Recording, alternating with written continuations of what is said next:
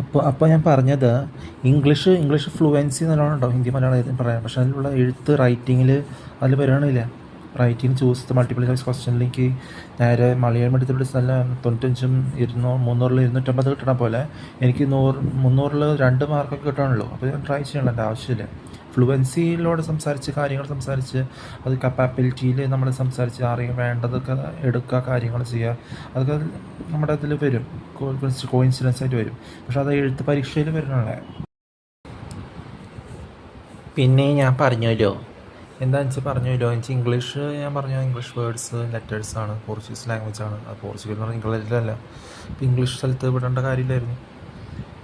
English exam എഴുതാണെങ്കിൽ അതിൻ്റെ പണ്ട് തൊട്ട് എനിക്കറിയാം 50 മാർക്കിലും 2 മാർക്ക് കിട്ടണുള്ളൂ. ബാക്കിയുള്ള മലയാളം മെഡിക്കൽ പഠിച്ചവർക്കൊക്കെ ഇംഗ്ലീഷിൽ 100-ൽ 82 95 മാർക്ക് കിട്ടണ പോലെ പുറത്ത് പോയി, അതാണ് പുറത്ത് പോകാത്തത്. സമയം പോയിട്ട് കാര്യമില്ല, ട്രൈ ചെയ്യേണ്ട കാര്യമില്ല. ഇവിടെ തന്നെ കാര്യങ്ങൾ ചെയ്യണം.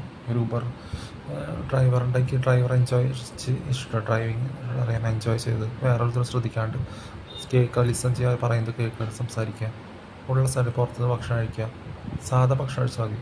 സ്ഥലങ്ങൾ കണ്ടയക്കുക, അങ്ങോട്ട് ഡ്രൈവ് ചെയ്യുക, അതിലൊക്കെ നല്ല എൻജോയ് ചെയ്യണം. ജോബ് ചെയ്യുന്നത് നല്ലത്. അന്നൊന്നും ഇപ്പോൾ ഡ്രൈവിംഗ് ഇല്ലല്ലോ. അപ്പോൾ അതുപോലെ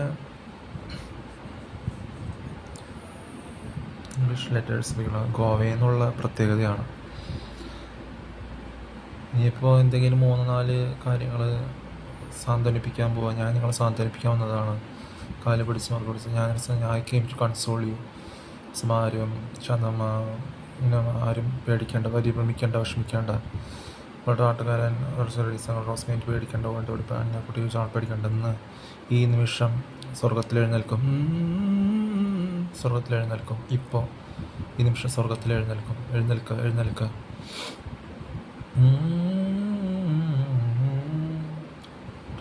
ഇല്ലെങ്കിൽ ആയില്ല പറയണമെങ്കിലും ആറും റോസ്മേൻ്റെതാണെങ്കിൽ നമ്മൾ നിത്യവും പാലിച്ച് ജീവിക്കുകയാണ്.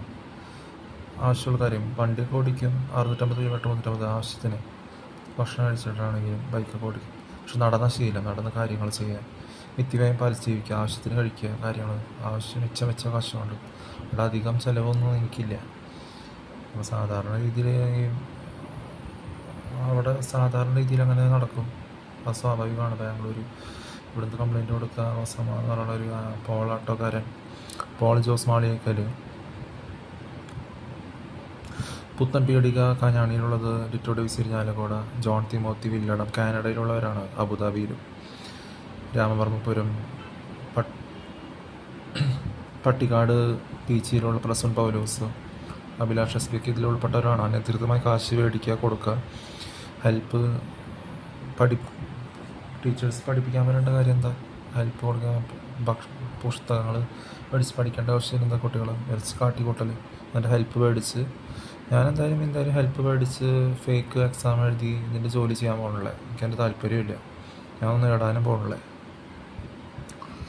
റോസമ്മ അങ്ങനെ ഫേക്ക് എക്സാം എഴുതി ഒന്ന് ബാംഗ്ലൂരിൽ അന്വേഷിക്കണം. അനധികൃതമായി കാശ് പിടിച്ച് CJ പോലെ ആവേണ്ട കാര്യമുണ്ട. സ്വന്തം റിവോൾവർ കൊണ്ട് വെടിവെച്ച് മരിച്ച പോലെ.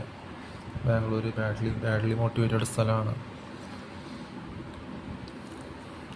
പറയേണ്ട സമയത്ത് പറഞ്ഞു, ഹെൽപ്പ് കൊടുത്ത് അങ്ങനെയായി. അവിടെ സ്വാഭാവികമായി ചെയ്യുന്ന ഇതാണ്. പുറമെയുള്ള എംബസികൾ ആരെങ്കിലും ഇത് അറിയണ്ട, ഹെൽപ്പ് കൊടുത്തിട്ടാണ്. ജസ്റ്റ് ഫേക്ക് എക്സാമാണ് പറഞ്ഞു കൊടുത്തിട്ടുള്ള ആൻസേഴ്സും പറഞ്ഞ് ഫേക്ക് മാർക്ക് കൊടുത്തിട്ട് വരുന്നതാണെന്ന് അവർക്കറിയും. അപ്പം അതിൽ കാര്യമില്ല. ടീച്ചറോടെ പോലെ അനധികൃതമായി കാശ് മേടിച്ച് അവനൊരു ശോഷിച്ച അവസ്ഥ ആക്കണ്ടെന്ന് വിചാരിച്ചിട്ടാണ്. പണ്ട് തൊട്ട് അനധികൃതമായി ജോലി ചെയ്യണം അവർ.